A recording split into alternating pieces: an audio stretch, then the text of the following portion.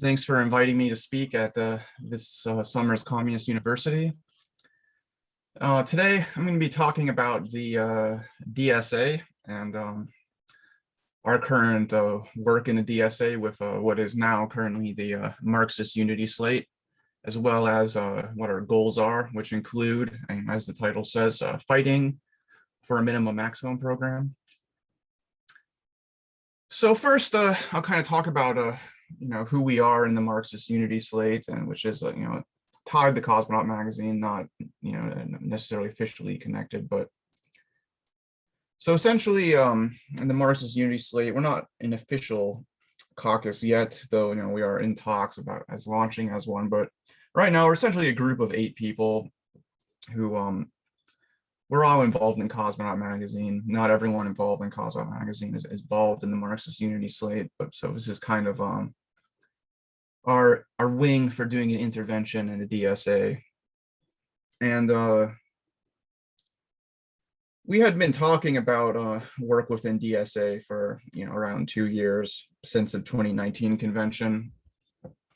And in the 2019 convention, some of us had fought for a resolution about militarism and fighting against voting for war budgets. It unfortunately did not go up for debate at the convention, but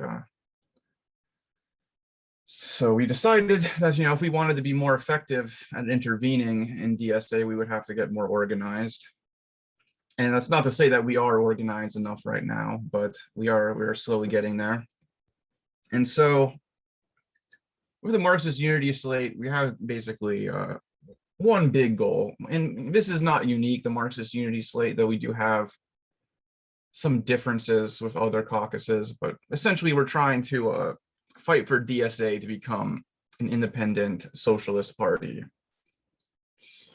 So as many people know right now, DSA has a lot of problems. It's very much tied to the Democratic Party. It's very much, kind of stuck in this kind of,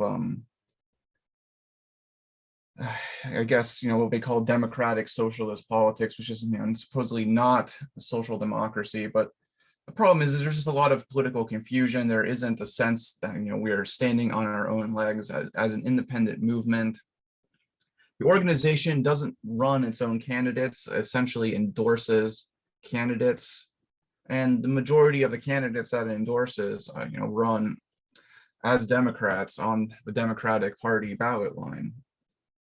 And so, despite all these things, we do think that the DSA, if the right politics were in control, if the right strategies were used, if the best organizers of the class were involved, that it could become an independent mass socialist party.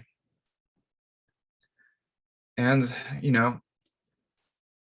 I guess right now would be a good time to talk about kind of the things that we've been fighting for in DSA and how they relate to this goal. One of the resolutions that we fought for at convention, we called Tribunes of the People. And the idea of Tribunes of the People was essentially that it was a resolution that would make it so that all DSA candidates who are endorsed would have to uphold the DSA platform, which the DSA platform was taken up at this convention. We'll get to that later. They would have to have all their staff be members of DSA. They would have to report back to the organization. They would have to actually uphold a serious socialist message. And the idea was that if we have our candidates uphold the platform of DSA and fight for those politics, which are often, in contradiction with the Democratic Party, that would create tension between the DSA and the Democratic Party, even if those candidates run as Democrats. Because that's the thing is, it's very difficult to run as an independent in the United States. And so while we would prefer all candidates to, run as independents, we would prefer for them all to not be Democrats and not have that name associated with them. Independence does matter. We're not agnostic on that question. Even if they were to run on Democrats, the idea would be that they would be required to fight for politics that would be contradictory to the Democratic Party. And that would create a tension between the DSA and the Democrats, which would help, further build towards an actual break that would happen, rather than just declaring ourselves independent from the Democratic Party right now, which I'm not be against that, but it's just as now in the DSA, there is not, a desire to do that. There's a lot of fear that, if we were to do that, we would essentially be stuck in as a Green Party type situation. So yeah, the idea of tribunes of the people was to create what we call democratic discipline, actually have candidates be accountable to the organization, accountable to the politics of the organization, and if they're not, they are no longer endorsed by the organization and they lose, our support. Another resolution they were fighting for was socialist slate for the House, which was essentially to run a slate of 10 candidates who would act as a disciplined bloc in the House of Representatives and fight for socialism as a coherent faction. The idea is that we want to have a coherent faction within Congress that's not simply a Justice Democrat squad type caucus, but an explicit socialist caucus that votes together, that speaks as one bloc, that fights as one bloc, that would be, disciplined by the DSA to uphold its politics. So the idea is that we want to actually push DSA to actually build a socialist fraction within the U.S. House of Representatives. And we chose the U.S. House of Representatives because we believe very strongly that we need to have a national movement that fights at the national level. A lot of people in DSA think that we need to focus on local elections first and then slowly build our way up. And local elections are important. We do think that it is important to have a national struggle for power from the beginning, even if it's not necessarily successful. Another thing is we want, we're fighting for democracy in DSA. That's a given. We are very much against any kind of bureaucratic cliques and various attempts to push against, democracy in DSA. But this means, does not mean localism. A lot of people in DSA have an idea that, democracy in DSA means localism. It means all power to the locals. It means, basically stripping all power away from national. And, that was more so a feature of the 2019 convention, but there still is that kind of localist sense. But there's also an issue of, kind of bureaucratic NGOization of DSA, and that's something that we are trying to oppose. And you can talk a bit more about that when we talk about the convention. But then, as the title of this says, we're fighting for a minimum maximum program to be the basis of DSA that it unites around. And at this convention, there was a platform that was voted on. I'll talk a bit more about how I feel about the platform later, but within the Marxist Unity slate, one of the resolutions we put forward was called it win the battle of democracy, I think is what it was called. And essentially the idea was that it was Amendment 4 of the platform draft that was being taken up at DSA, and it took a more explicitly anti-constitutional stance. It called for ending judicial review. It would have added that to the DSA platform. Unimpeded free speech rights, it would have added that to the DSA platform. And most controversially, it called for the dissolution of the US military and the creation of a popular army that would have been, universally conscripted with, rights for, peaceful, what's the term, resistors. But nonetheless, it would have been essentially the idea is a people's militia that would have been based off the dissolution of the US military. And we felt like, this would have made the DSA platform actually explicitly call for a break with the bourgeois state. And in my opinion, would have made it a more authentic minimum maximum program. So move on. Why minimum maximum program for the DSA? Generally, I think that, I wrote an article about this recently for Cosmonaut that was also in the Weekly Worker about why I think the minimum maximum program is the correct path forward. I think that the minimum maximum program creates it allows for movement to lay out a kind of idea of what it would take to actually break the power of the bourgeois state. The idea is that a minimum maximum program, a proper one in my opinion, is not just a set of demands, a wish list of demands that are nice, that we all want. It should be something that, if instituted in its totality, would necessitate a break with the bourgeois state, and is therefore the minimum requirements that a socialist party would have to take up in order to take power. And so the idea is that, by fighting for a minimum maximum program in the DSA, we can actually, lay out a vision of what a revolution in the United States would look like, and actually have an organization fighting for this vision. One point that we've been making in DSA is, before 2020 and during 2020, DSA was very much tied to the Bernie Sanders campaign, for better or for worse. The Bernie Sanders campaign brought a lot of people into the organization. It energized broad sections of the American public and got a lot of people interested in socialism, and created, in a lot of people's minds, a political possibility of socialism as a movement in the United States. It was a nationwide struggle for power. Despite all of his flaws, Bernie Sanders was talking about political revolution in the United States. He was talking about, class struggle. And this was essentially what gave DSA its direction. Now that Bernie Sanders is over, unfortunately, he lost. I predicted he was going to lose. I didn't think we should have entirely hitched our organization to the Bernie Sanders campaign. But now that it's over, there's really no direction for DSA. The organization is essentially rudderless. It has no real identity. It just has kind of a vague adherence to this idea of democratic socialism.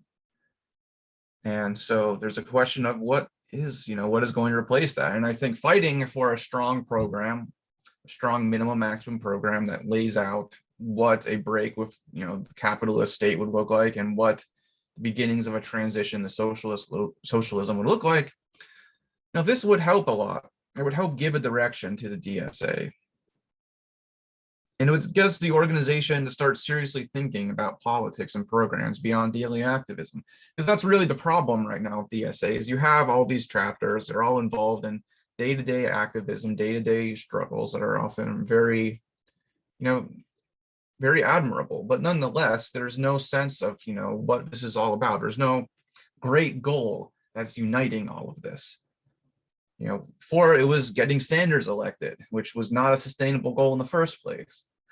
But the idea is if we, how we've been selling this to DSA people is, if we have a strong minimum maximum program, a minimum program that lays out taking power, and a maximum program that lays out the vision of socialism, we can actually have something that glues all of this together, and something that gives the organization direction.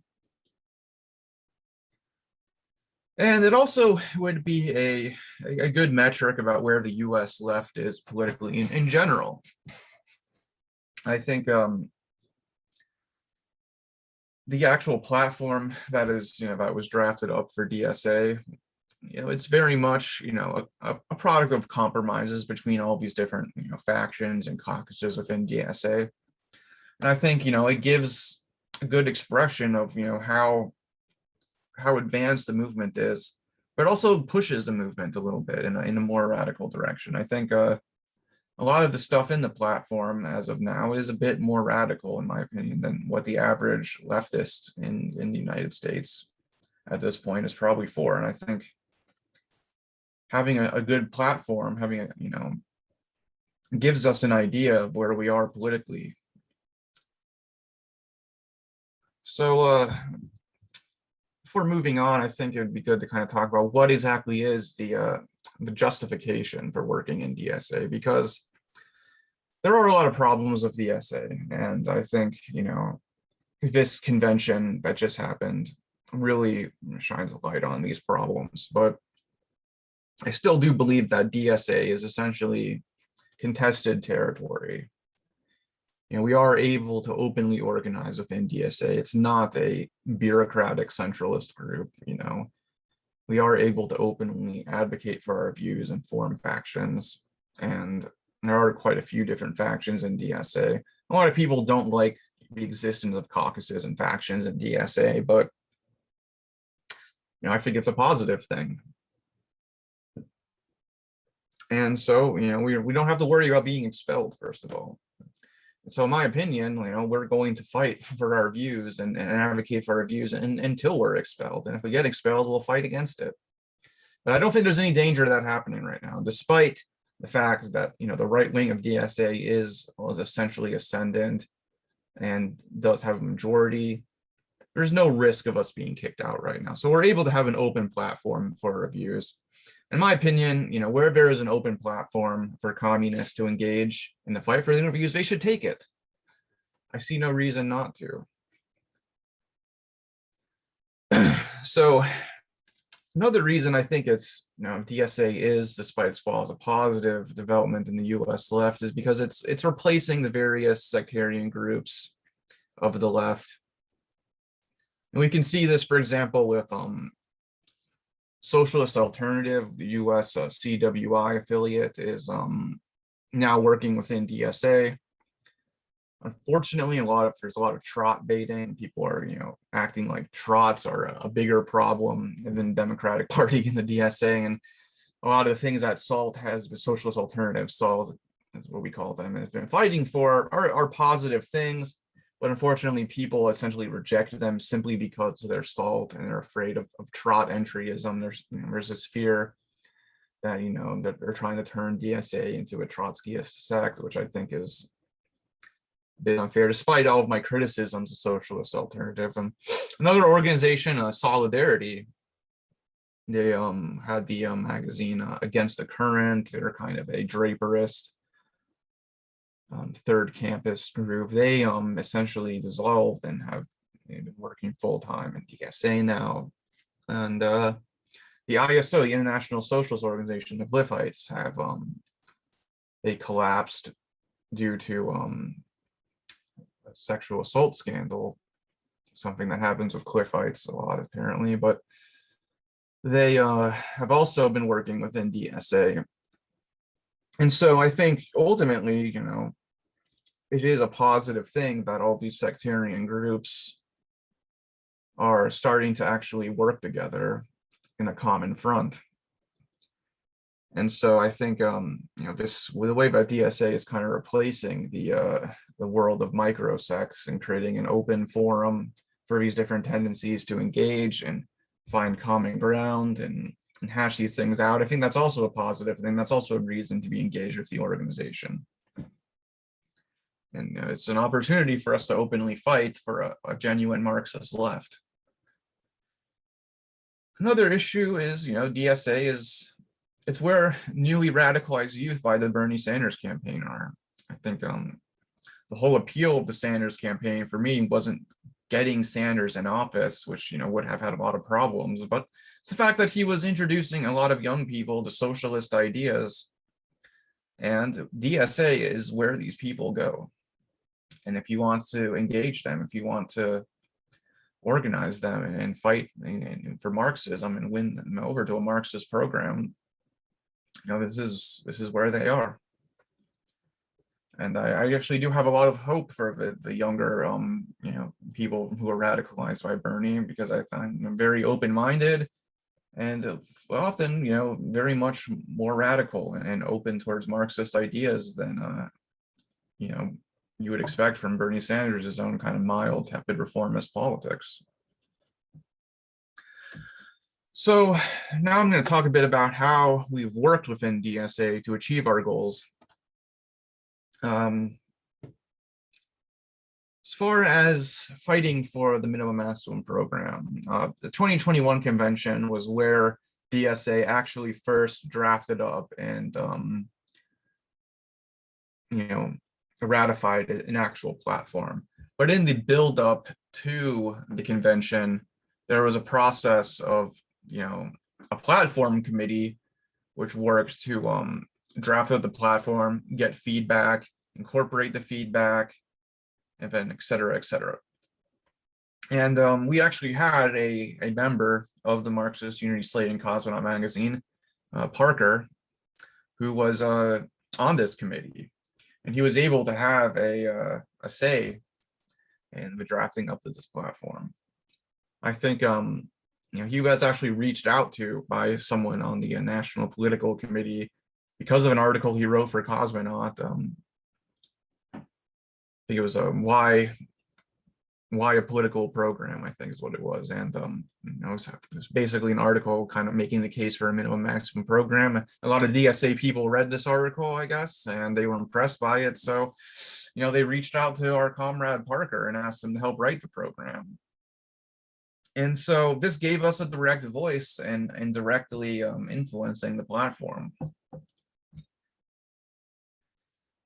So the first draft of the platform was essentially, it was not a minimum maximum program. It was basically the way it was laid out was you had there were immediate demands, medium-term demands, and long-term demands, and it was kind of a muddled formatting. I wasn't the biggest fan of it. I think a lot of people weren't, and we had our guy on the inside had been trying to push for it to be a minimum maximum program. Other people on the committee were basically just saying that it should just be a kind of a super brief, just kind of statement of principles. I know they're kind of a vague, like, oh, this is what Democratic Socialists believe in this and this and this, and it shouldn't actually lay out political demands and economic demands and lay out an actual kind of long-term idea of what socialism is. But overall, we were able to get majority of the platform committee to kind of take a more seriously programmatic approach. But the first draft, like I said, it was this kind of short-term, medium-term, long-term format, and it wasn't very good. But they had a feedback form where members were able to write what they thought about the platform, what they wanted to change about it. So we got all of our supporters to write on the feedback form to to make it a minimum maximum program. Essentially, it should be just like the program of the Parti Ouvert. It should be a kind of a statement of what is the long-term goal of socialism. The working class must come to power to achieve this goal, and then a series of demands, minimum demands that would that if achieved would essentially put us on the road to power. And this was actually somewhat successful, and we were able to get the format of the platform changed so that it has a preamble, and then it has different sections that it has economic demands, democratic demands, and we also were able to get the democratic demands to be the opening part of the platform, and we did a lot to strengthen these democratic demands. So that was kind of our first way of influencing these things and how we got things move in the direction of minimum maximum program. Another way that we've been trying to influence things is through our resolutions and our amendments, and I talked about some of them earlier. One amendment that I did not talk about was essentially the one for programmatic unity, which would have essentially changed the Constitution so that membership of DSA would be based not on, as it stands right now, it's essentially membership in DSA is based on this kind of vague agreement with the principles of democratic socialism, which God knows what those actually are. We were trying to get it changed so that the membership of DSA would be based on acceptance of the platform, not agreement with the platform, because we want to be able to disagree with aspects of it and fight to change it, but acceptance of the platform as an expression of the general aim of the movement. And so, we had all these different resolutions and amendments that the Marxist Unity Slate was fighting for, and we through various channels, we all got people in our DSA chapters locally to sign it. We went all over social media and various online DSA forums to get signatures, and the resolutions for convention required 100 signatures. The platform amendments required 250 signatures.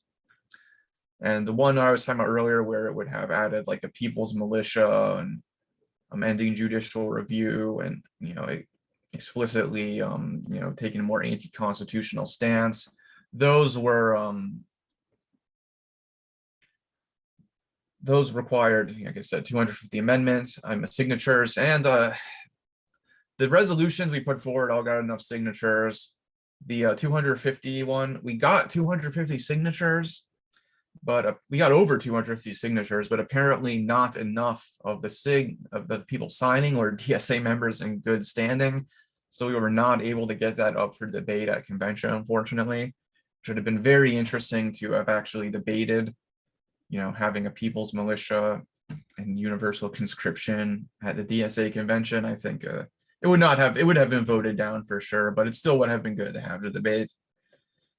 But yeah, so we collected signatures for all these things, and this actually helped us get an idea of like which DSA members supported us, and we got in contact with all of them, and we added them to our Discord server, and which was kind of like our way of keeping in contact with all our supporters. And we were able to get a decent amount of people who signed our stuff to be delegates at the convention. So over only 3 of us who are officially members of the Marxist Unity Slate who were delegates at convention, myself and 2 other people. We had a bunch of people who signed our stuff and supported us who were down to vote with us. So we basically essentially we got a small but a decent block of voters at the convention. And we also made alliances with other caucuses on specific, resolutions that we were fighting for. There's Tempest was one of the groups that we worked with a bit, and we got them to support some of our stuff. They're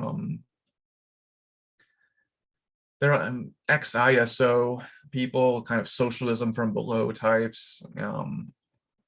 They supported a lot of our stuff. Class Unity, who are a bit of a controversial group because they're kind of seen as the anti-identity politics faction, and but they definitely have a lot of good positions on things, and we got them to side with us on some stuff.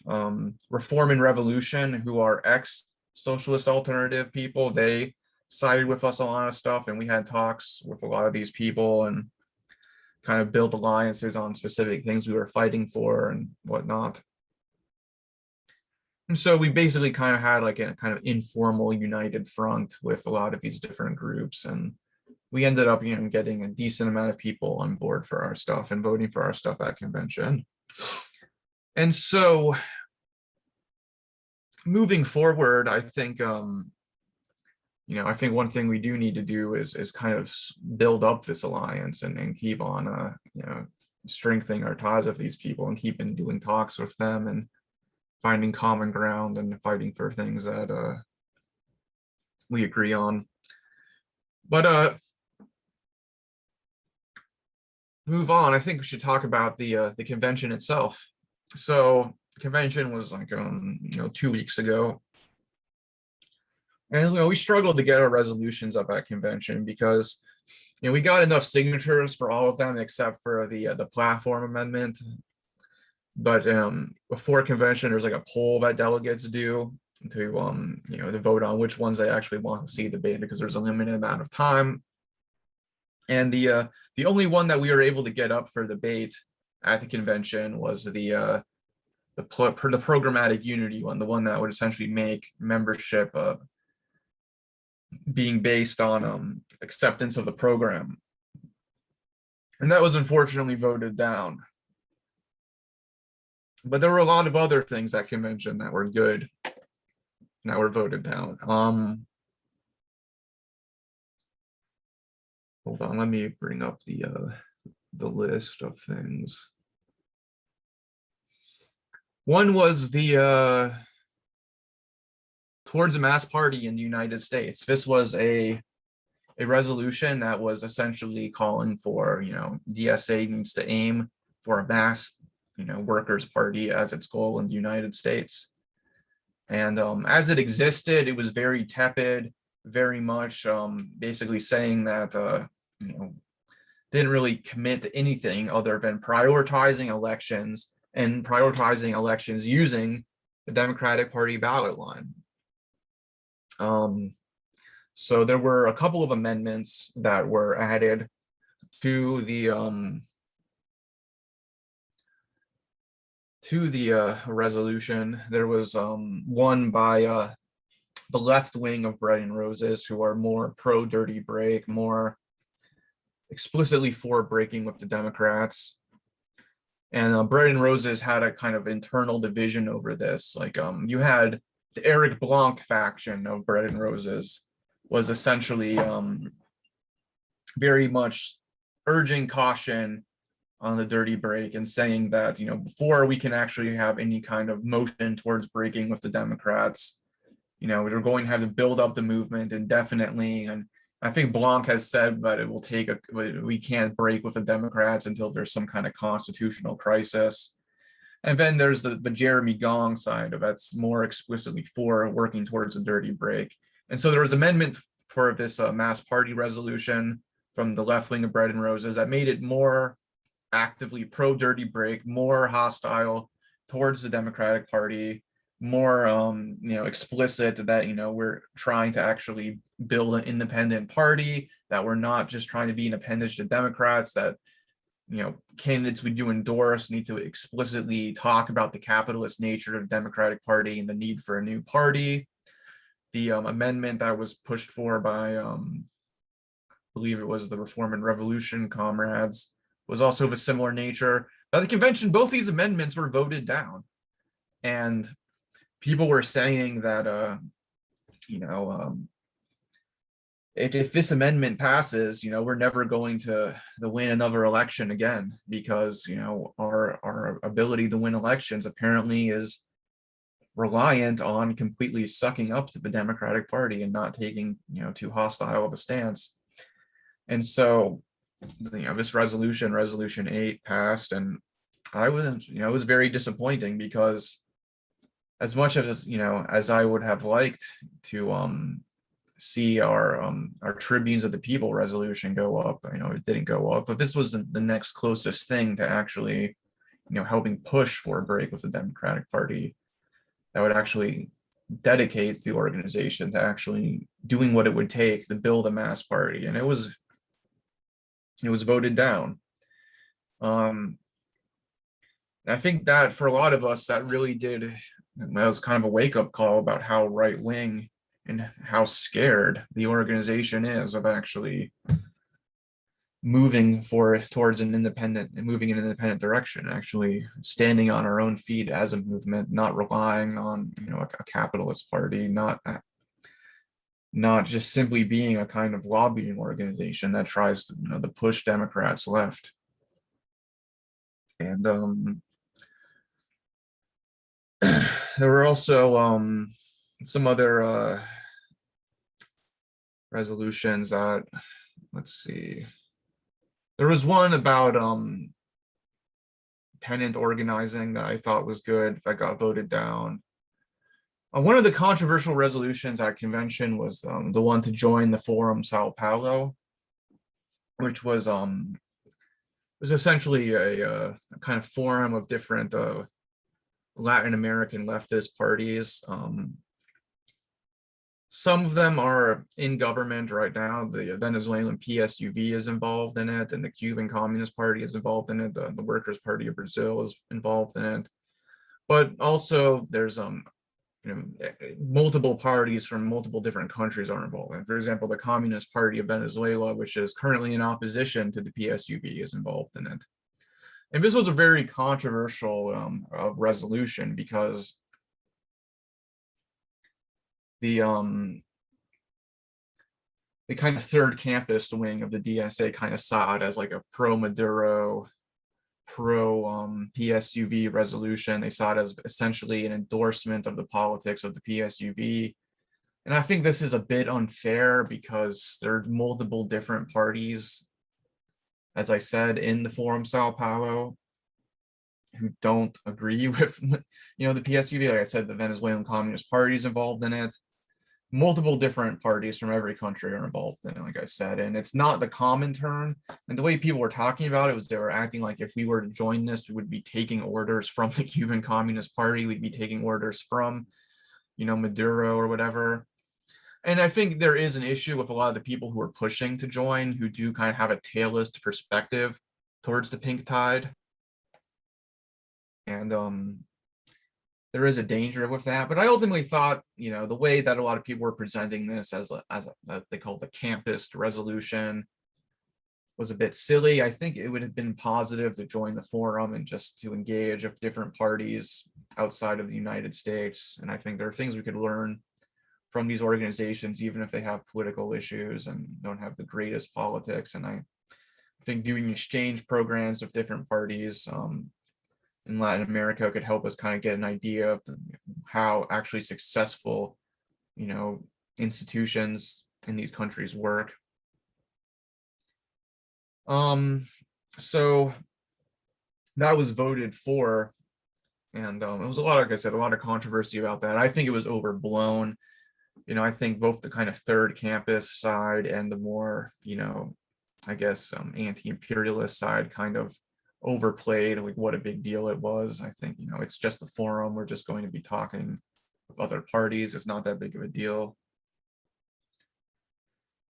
And let's see, another resolution we were fighting for was to have all leadership elections be done through a single transferable voting. This wasn't a Marxist unity resolution. It was being pushed for by class unity. And essentially, in my opinion, it would have been a more proportionally representative voting system, but a lot of the more right-wing factions in DSA were pushing for board account method as a way of doing electoral leadership elections, which is less proportionally representative. And we were arguing that if you want to have, if we want to have our we want our organization to be run along the same lines that we would want our ideal state to be run, which would be as proportionally representative as possible and give representation to as many different factions and caucuses as possible, rather than have it be a more closed and narrow representation. But that didn't pass either. I think the Bread and Roses people were very against it because they kind of saw it as, we need to consolidate around a more tight leadership rather than have kind of all these different caucuses represented. But in my opinion, having all the different caucuses represented in leadership and having it be more proportional would be good for getting people to work together and actually, come to a common consensus that's representative of all the different groups in DSA. But that didn't pass either. But and there were some good things that did pass as far as organizational professionalization went. But ultimately, I think the convention was very much a complete failure on our end. We failed to get our amendment about programmatic unity passed, and the amendments and proposals that would have pushed the SA towards actually doing what it would need to do to become a mass party, they all failed.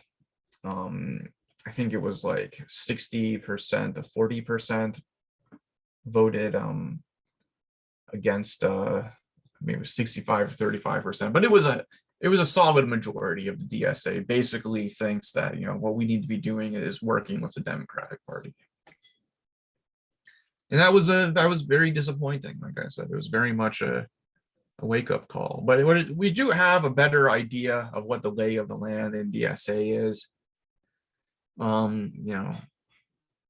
There was a lot of just lamentation on our part, thinking, is it even worth working in DSA anymore? But obviously that's just, the kind of bitter, feeling of defeat that you get. We're not giving up, of course, but the one upside is, the MPC election for the elected leadership. We did get one guy who agrees with our politics elected to the leadership, Matt Miller from Boston DSA. That is an upside. Another upside is the platform did pass. So now there is a platform in DSA that is somewhat structured around the minimum maximum program. I do have criticisms of it nonetheless. And the platform has the most recent version of it that's been amended according to the convention and everything. Hasn't even been released yet. But because the our amendment to actually give it teeth and have membership be based on the platform didn't pass, or my fear is that it's just going to be a document that gets voted on at convention, that it gets ratified, but it has no meaning for defining the organization. And so that's a fear that we have, is this platform that a lot of people worked very hard on, that it does have some good stuff in, and I think would act as a good document for orientating DSA's direction, really doesn't have any teeth. And that's a worry that I have. My own thoughts on the platform are that it does need to have a more explicit anti-constitutional bent. It does need to more explicitly discuss the questions of the military, what it actually would take to smash the bourgeois state and actually have a transformation in the bourgeois political order. I think the amendment that we were fighting for, that would essentially have added the people's militia / popular army type thing to it, would have done a lot more to give the platform a kind of true Marxist edge. I think another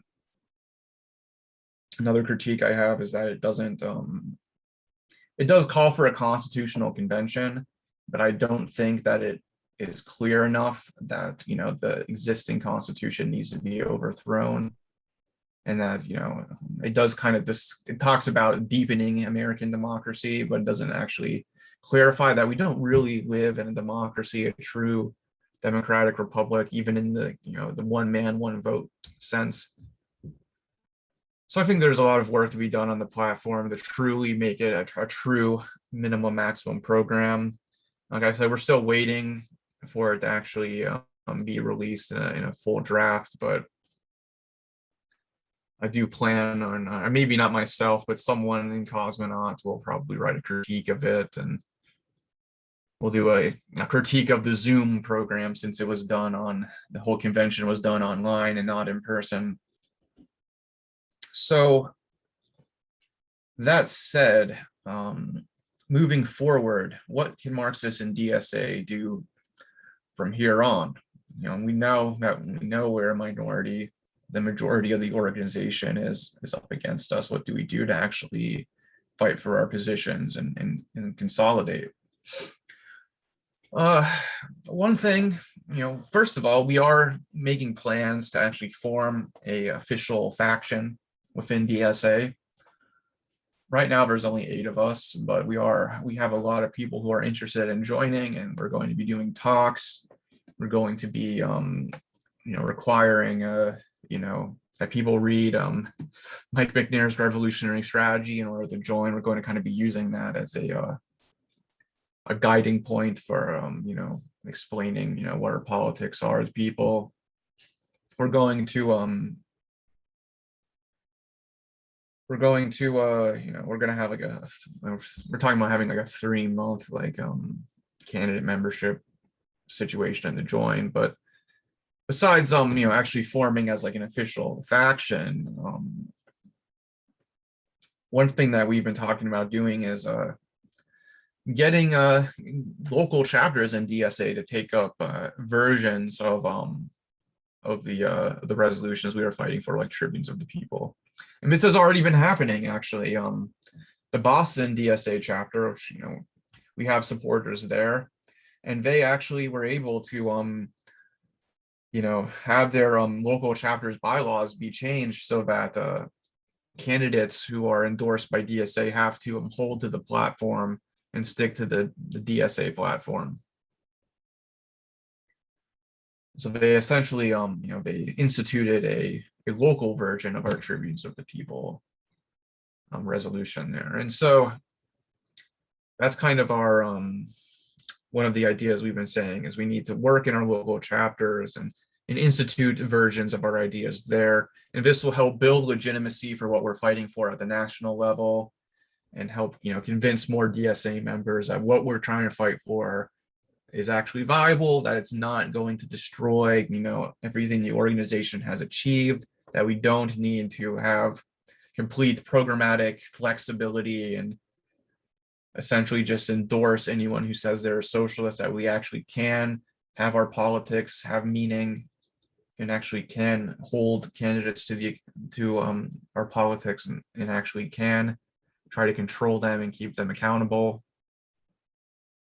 Our thing is, like I said, we want to build a united front of all different Marxist factions, in DSA around specific issues that we're fighting for, and doing more kind of forums and discussions with each other, more just discussing where our similarities are, where our differences are, what we can do as a united group of different Marxist factions, and how we can actually move things forward in DSA. And I think there is much to be pessimistic about with the situation. I think, the organization has, in my opinion, been somewhat tamed by the Biden election. I think, there's a sense that we're in safe waters right now, that we don't need to rock the boat too much. And there's definitely a sense of fear, a fear of independence, a fear of actually standing on our own legs as a movement. I think a lot of people who join the DSA after the Bernie campaign are a bit more liberal. They're not as radical. They're not, or they may, they have mixed politics, and I think there's a sense that they're not educated in Marxism. They don't know about the history of the SPD. They don't know about the history of the Bolsheviks, and they don't see a problem with running as Democrats because that's what Bernie Sanders did, and that's how we got so far. So I think there's a lot of just education to be done, and that's one thing we've been urging our supporters and members to be doing, is to get involved in our chapter's education committees and do seminars on Marxism. In my chapter, we did a reading group on Karl Kautsky's historical accomplishments of Karl Marx, and that went down really well. So we've been doing stuff like that, trying to get people to to read the Marxist classics and learn the Marxist theory and see what a real socialist movement looked like in the past, and what we can do to actually achieve a movement like that today. But it's a tough situation, but we have to be realistic about how difficult it's going to be, the fight for Marxism in DSA, and actually get DSA to become a mass party. But we also have to, we have to be optimistic. We can't just, give up just yet. There's a lot that we can do from here on.